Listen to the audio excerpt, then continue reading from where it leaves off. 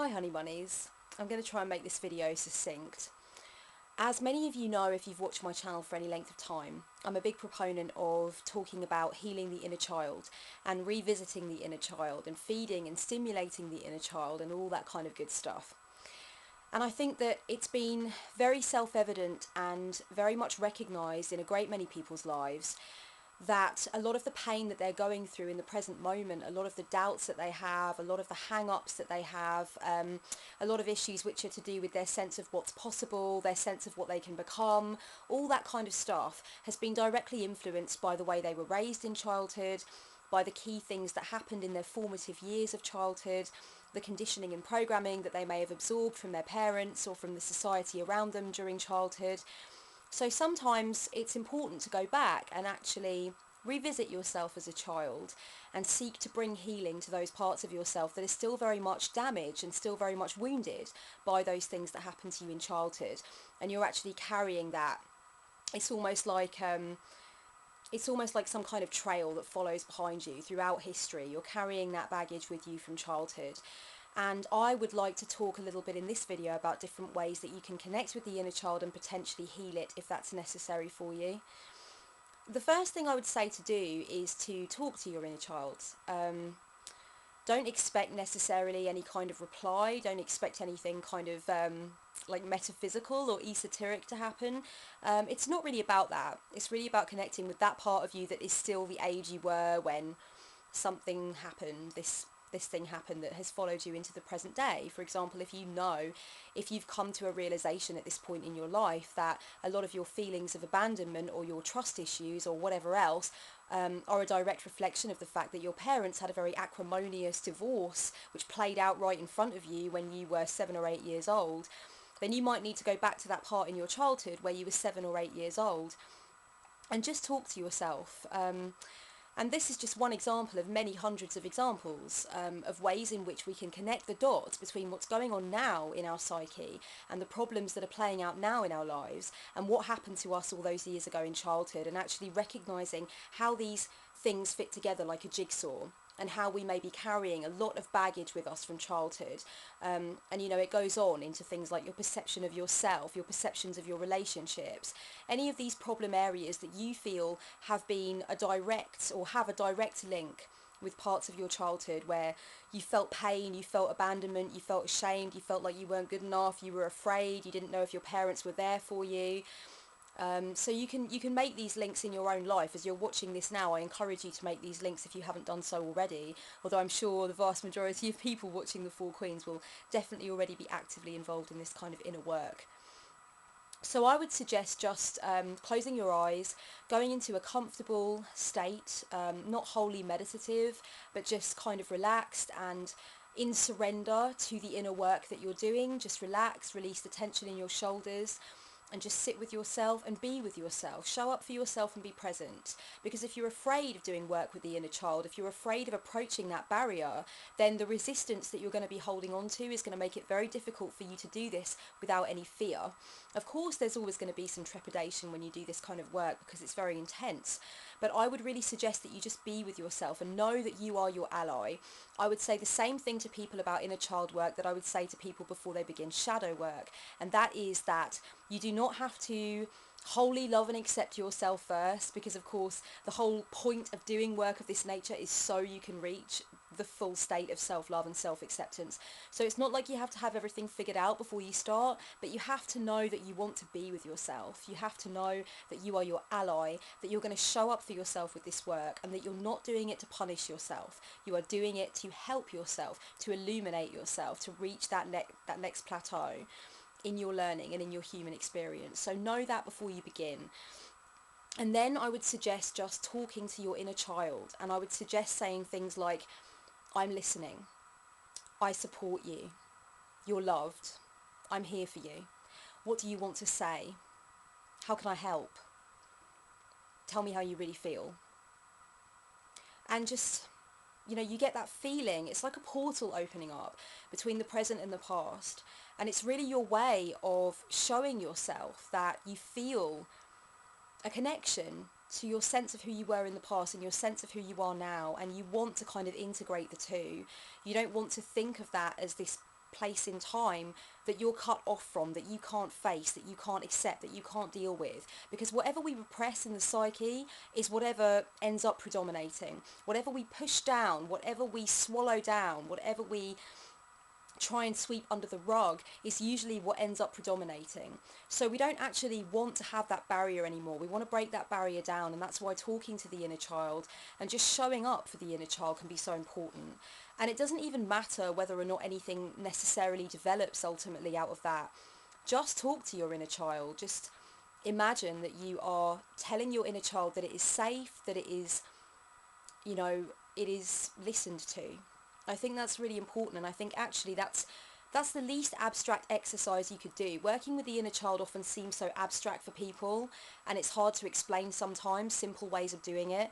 I would say just start like that, and if your inner child, which is that part of you that is still injured, that is still fractured, that still feels alone or still feels unwanted, if your inner child chooses to come out of you, to say something, to cry, if you go into that sense of fear that you had when you were a child and you just feel like you want to release and you want to let the tears flow, that's a good thing. But what I would say with the inner child work is don't get nirvana fallacy. Don't convince yourself that if it's not perfect, it's not worth having at all.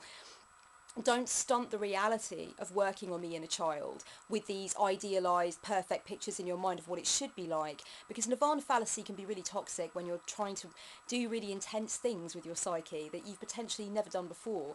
So just let it be real. Let the moment come upon you. Don't tell yourself it's got to be like this, it's got to be like that, I want to feel like this, there's going to be such a big feeling of release. Don't put that pressure on yourself. Take that pressure off. Take that pressure off and just be with yourself in that moment. Be with your inner child in that moment, and open up a portal, open up a gateway between you in the present and that little fractured, wounded part of yourself that's still within. And just let that little fractured, wounded part of yourself know that space is being held. Space is being held for that part of you, and it's okay for that part of you to come forward. And sometimes it can yield incredible moments of release, and sometimes it will feel a little awkward at first, and sometimes nothing really major will happen and you might be disappointed. But the fact that you've made that commitment, that you've shown up for yourself and you've decided to make that commitment, that's a really, really big deal, and you should congratulate yourself for that if you do it. And another thing I would suggest about inner child work is what I would like to call the glass partition exercise. This is where you go into the meditative state, close your eyes, and go back to a point in your childhood where something happened or something said, or you were placed in or you were placed in a situation where you really felt uncomfortable or afraid or miserable or confused. And go back to that part in your childhood or in your formative years, your adolescence if you like, whatever it is, although I'd suggest that this is more majorly focused towards the formative years, so 1 to 7, 1 to 10. I would suggest going back to a place and time in your childhood that you know has now a direct effect on the present. Go back to that situation and imagine that you're standing behind a glass partition watching it play out. So you can't actually affect anything in the scene, but you're behind the glass partition and you're watching it play out.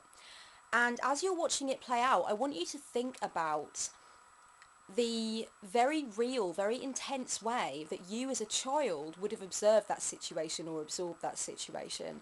Talk to yourself about it. See if you can connect any dots and recognise any ways in which you as a child would have been completely unprepared to handle that situation. And think about how amplified and how incredibly intensified your emotions would have been and your thoughts would have been as a child. The important thing to note is that when you were a kid, your life was very, very small. Your understanding of the way things worked was very, very small. Your sense of empowerment was very small in comparison to the level of empowerment that you could have now as an adult. Now, as an adult, if you were placed in a situation that you didn't like, that you thought was uncomfortable, you could leave the room. You could say fuck you. You could kind of take things into your own hands. You could go another way. You could make a certain choice. You could put up an energetic barrier. You could say, I don't want to speak to you anymore. This is making me feel uncomfortable. You could call somebody. You know you've got choices. You know that you've got other places you can be, that you can move out, that you can move on, that you can move upwards, you can go. And, you know, even when it's very difficult to get in touch with that sense of empowerment, the reality is that now as an adult, your world is bigger. You understand more how things fit together. You understand that some things, although they may feel very fearful at the time, are things that can be healed from and things that you will heal from in time. You understand that time itself is a fantastic healer. You understand that you've got tools. You know, you understand all of those things. As a kid, your world is very, very small.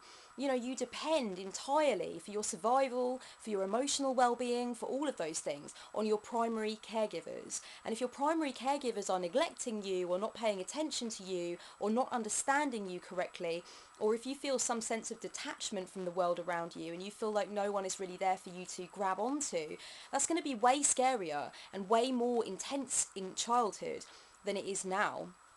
You know, if you are in a situation where you feel really angry, where you feel that some wrong has been done to you, if you're in a situation where you are terrified and you don't know where to turn, all of these things in adulthood are addressed from the perspective of someone who knows that there are options, and somebody who kind of has a more expansive take on what's possible. As a child, you don't have those things. As a child, you are much more vulnerable. You are much more connected to your sense of the fact that you need the adults around you in order to survive.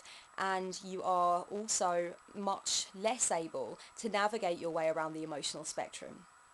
So the way that you absorb things and respond to things in childhood is going to be exceptionally amplified. And what I want you to do with the glass partition exercise is to actually watch scenes in your childhood play out and recognize for yourself what you would do now if you could go back at the age you are now, and how it would be now, how you would respond to it, how you would heal from it, the choices that you would make in the aftermath of it, the choices even that you would make at the time, what you would say. And try and think about the fact that you didn't really have that level of choice and that level of emotional intelligence and that level of empowerment as a child. And that's why it was absorbed in the way it was. And that's why it felt so utterly brutal. And in adulthood, of course, our emotions are still just as strong, but we have these ways of understanding the world we live in. We have these ways of being able to analyze people's personalities. We have these ways of understanding, even when we're at rock bottom, what can be done? What is the next step? I can do this for myself. As a child, you didn't have those things. So it's really important to understand with inner child healing that the way things affected you as a child was fundamentally different, and therefore the response that you've carried with you from childhood is so searing. It's so searing. It's like a burning hot scar because of the way that it was actually absorbed into you, even at a cellular level. Ultimately, in childhood, of course, it was extremely scary. In childhood, of course, abandonment could have meant death. Fear could have meant anything. You had no handle on what was around the next corner. You were still learning everything. You were still taking everything in. And so it's really important to appreciate the way you responded in childhood is a very special kind of response, and that's why it's so potent, and that's why it clings on for as long as it does. I'd also recommend this thing called the alternative experience exercise. That's what I call it, the alternative experience exercise. And it's really where you go back to a scene in childhood, again, a scene that you know has a direct impact on what's going on now in the present. And when you go back to that scene in childhood, the glass partition isn't there anymore. And you actually enter into the scene, and you, as an adult, interact with you as a child. And you give yourself an alternative experience. You can talk to yourself. You can comfort yourself. You can explain to your younger self what is happening, and you can tell your younger self, you know, I realise this is scary, but it's not your fault, or it's got nothing to do with you, or, you know, explain to them, comfort them, support them, put them onto your knee, give them a hug. Or you could even give them a toy. You could take them out of the room. You could give them some kind of alternative experience. And the great thing about this kind of activity is it creates emotional freedom. It creates this sense of hope, and it allows you to reframe in a very arbitrary, in a very kind of like raw way. It allows you to reframe an experience. Try that. It works for some people. It doesn't work for other people. The other thing I wanted to say is that Doing inner child work sometimes brings up a lot of anger, a lot of rage, a hell of a lot of resentment, a lot of feelings of disappointment, particularly directed towards primary caregivers, adults in your life, that didn't do what they could do to protect you, or that didn't understand you, or that you feel weren't around for you enough, or that favoured other siblings over you, whatever the case may be. And what I would urge you to do with inner child work is to understand that anger is a part of the process and anger must come to the surface. I really believe that anger is not the same as bitterness. Anger can't fester. Anger burns everything clean. Bitterness is that festering, mouldy, rotting, stinky, smelling, like dried milk. You don't want bitterness. Bitterness is bad. But anger is very often such an unforeseen and majestic and undeniable gateway. It's so impactful. It's wonderful. And sometimes it needs to come, especially if you've not allowed it to come for years and years. Let it out and you'll be amazed at what follows, I think. So anger is a part of the process and you need to express it in a healthy way, in a way that is in alignment with your core values, so you need to get right with that. But, anger sometimes will surprise you. When it comes along, it will blindside you out of nowhere, and maybe your instinct will be to swallow it down or crush it or deny it. But I would genuinely urge you, if you've been brave enough to begin inner child work in the first place, I'd urge you to go with that anger response and allow yourself to have that, because sometimes it just needs to come out. And if anger is suppressed, that's when it becomes bitterness. That's when it turns funky and green and black and dirty. So I really recommend using anger to kind of clear the pathway for other stuff to happen. And what I would suggest is, when you are experiencing that anger towards your primary caregivers, towards those people that you feel might have let you down or disappointed you, which is what so much inner child work is really about, at the core level, I would urge you to remember that those adults that were around you when you were a wounded child, they were just wounded children themselves. In many ways, the mistakes that they made and the ways in which they failed you, if you like, the shortcomings that you saw in them were just a product of their own childhood and their own inability to heal their inner child. So in a way, inner child work is about breaking that cycle, and that's what you're doing. That's what you're doing. So if you allow yourself to become embroiled in anger and in blame gaming and in kind of adopting this eternal victimhood shroud, this mentality of none of it's my fault, why the hell should I have to change anything, I was screwed up by the adults around me. It's fine if you want to take that road, but you're not effectively breaking the vicious cycle, the perpetuating, pervasive cycle. You're not breaking it by doing that. So I would recommend, when you go through the anger phase, you're really going through it with this desire to come out the other side knowing that those adults were wounded children themselves. It's about forgiveness. It's about understanding the way things fit together. It's about understanding that it wasn't your fault, and that in many ways those adults needed to sit down and do the work that you're doing now. That really, it wasn't their fault either. It's one of those things. We are perpetually screwed up by the burden of our consciousness. And forgiveness is not about absolving somebody of their responsibility for what happened to you in any world. It's not about that. You can still know on a logical level that mistakes were made. You can still know that, and that's okay. That doesn't make you bitter. That just makes you real. Forgiveness is about refusing to keep calling people out for their actions. Forgiveness is about you evolving into the next phase of your journey, where you can ultimately know that that phase of calling people out and that phase of hanging on to the whys and the whens and the hows of how you ended up like this, that phase is gone. That phase is dust. You don't want that anymore. You want to go through the next doorway. You want to see what's on the other side. You want to spread your wings. You want to stretch your arms out. You want to be free of that stuff, because it's not ultimately feeding you. It's not nurturing your soul. It's not lighting the spark inside of you.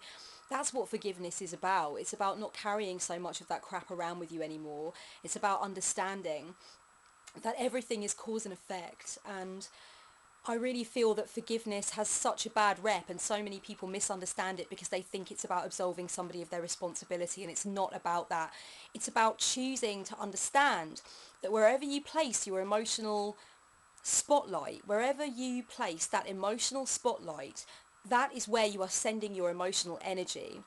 Everything that you think about, everything that you focus on, everything that you fixate on, everything that you confirm to yourself over and over again in this life, is something that takes your emotional energy. You know, don't think that you're not spending any energy in doing that. You are spending energy in doing that. And every time you call someone out for their actions, or you feel bitterly towards them, or you cling on to this sense of what you didn't get, and you cling on to this sense of what could have been, if only, if only, if only, and you kind of direct your anger towards people consistently and without actually trying to move on, don't fool yourself into believing that you're not using precious energy when you do that. You are using precious energy when you do that, and that energy can be redirected. And that's what forgiveness is. It's the redirection of precious emotional and spiritual and intellectual fuel. It's like, it's refusing. It's you refusing to put your petrol into a clapped out old car that won't run. You want to put your petrol into something that goes. You know, you want to career across Route 66 or whatever. Like, you want to do something magical with that same energy that you were placing into this crappy thing that isn't going anywhere. That's what forgiveness really is at the core, I think.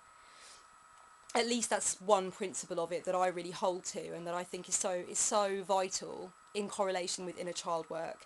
So that is something that I wanted to say. And remember that when you're going through these exercises, you are ultimately being your parent. And that's one wonderful thing about inner child healing, is that you come to learn, in a very Jungian sense, I believe, that you are your internal mother and father, that you are your parent, that you are your guide, that all of the archetypes exist within you, that you are complete, you are complete, you are integrated, you are whole, you are a spiritually cosmic entity just on your own, and you can bring out your eternal mother and eternal father and do now what couldn't be done then. That's the magical thing, and that's what it really did for me when I went through my inner child healing, certainly. Inner child healing is often about recognising that there is nothing that you could have done, and there is nothing that you could have changed. There is a lot of regret and remorse and shame and doubt attached to the memories from childhood that make you feel like you should have done something, like you should have done something different, you could have said something, you could have changed something, you could have switched up a variable, you could have changed that dial somehow and made fate go differently. Inner child healing is about recognising, as I said earlier in this video, that the way you respond in childhood is in direct correlation to what you understand about the world, to what you understand about fear and life and death and love and your protectors and where your next meal is coming from. What you understand about the world in childhood is a hell of a lot less in some senses than what you understand about the world now. Yeah, of course, I get it, your pineal gland is open and you're having all of these creative downloads and the majesty of your genius has not yet been curtailed by aeons of conditioning. But the younger you are, in a sense, the more you know. And I get that on a spiritual level. But think about all the stuff you know now about things like your sense of personal empowerment, what you do and do not have to put up with, where you can go if things get really bad, where you can run to if the situation gets untenable, your sense of personal safety, you know, you're even as basic, down to basic things like what you need to eat to have a healthy body. All of these things in childhood you depend on somebody else for. You're very, very slowly and gradually learning. So the reality within a child healing is that you're really looking back at the honest picture of what your childhood was all about, and you are confirming for yourself once and for all there's nothing you could have done and there's nothing you could have changed.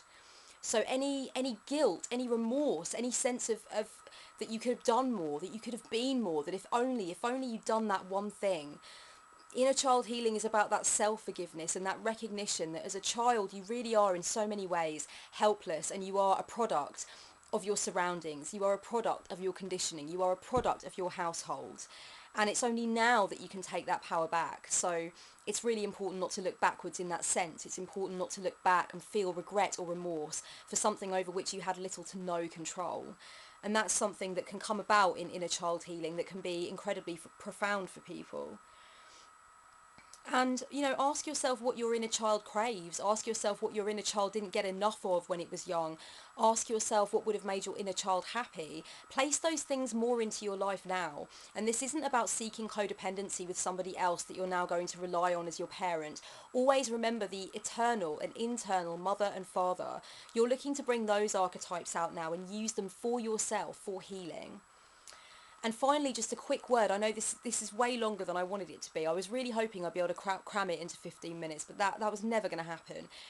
The last thing I wanted to talk about was resistance, persistence, and crying. This is something that I talk about with clients quite often. You will feel resistance to inner child work, and the whole point is to stay with yourself, acknowledge that resistance, and then dip your toe out of the comfort zone. And, know where your limitations are. And your limitations are normally directly linked to your sense of intention. If you know your pure intention with inner child work, if you know why you're doing it, what you're doing it for, and how it can be of service to you and what the ultimate aim is with it. Why are you jumping into these oceanic depths of the psyche? If your intention is pure and your intention is valid, then the resistance will come down. If there's any part of you that's intent on hurting yourself, blaming yourself, guilt tripping yourself, or any of that stuff, that old paradigm stuff, if you still feel shrouded in that and you're not ready to take the cloak of that off yet, then it's likely that your resistance is going to be high, because in a sense it's spirit's way of saying, we don't want to go into the woods yet because you don't know your shit, you haven't got all the tools. All you really need to sit down and do this work is to do it lovingly. Do it with that sense that you are doing it for a decent reason. You're doing it so you can move forward in some way. You're doing it so you can reach the next plateau. And sometimes resistance is built around the shakiness of that intention. So make sure that you've got your intention right. And also make sure that you give yourself credit for any work that you do in this arena. Make sure that you recognise how hard it was and recognise how brave and courageous you were to do it. Persist. Like I said, don't hang on to that nirvana fallacy crap. Don't tell yourself it's got to be this way or it's not worth doing it at all. That isn't what you want from this experience. You want to be comfortable with the reality of the work each time. And sometimes the work will be of greater importance and greater merit, and sometimes it won't go as well. Sometimes it will be awkward and disjointed. Sometimes it will be fabulous and you'll feel like you've just had a bath in cosmic oneness, and it will just feel so illuminating and elevating and emotive. Other times it won't, but don't cling on to the ideal. Don't cling on to the perfection, because you will never begin and you certainly will never finish. So it's not about that. It's really about being with the moment. And don't be afraid to cry. It feels like the scariest thing ever. It really does, but it's a gateway. It's a gateway. And if the tears really want to come, then I really hope and pray for you that you'll be courageous enough to let them flow, because although it feels terrifying at the time, and I know it does, it is so often the gateway to this sense of relief and this sense of rejuvenation and this sense of shedding your skin and allowing new cells to sun themselves in solar rays of fresh understanding. It's just magical. So if you do this kind of work and you do end up crying, just think of me and know that I've told you that it's all going to be okay. And it is all going to be okay. Much love. Blessed be.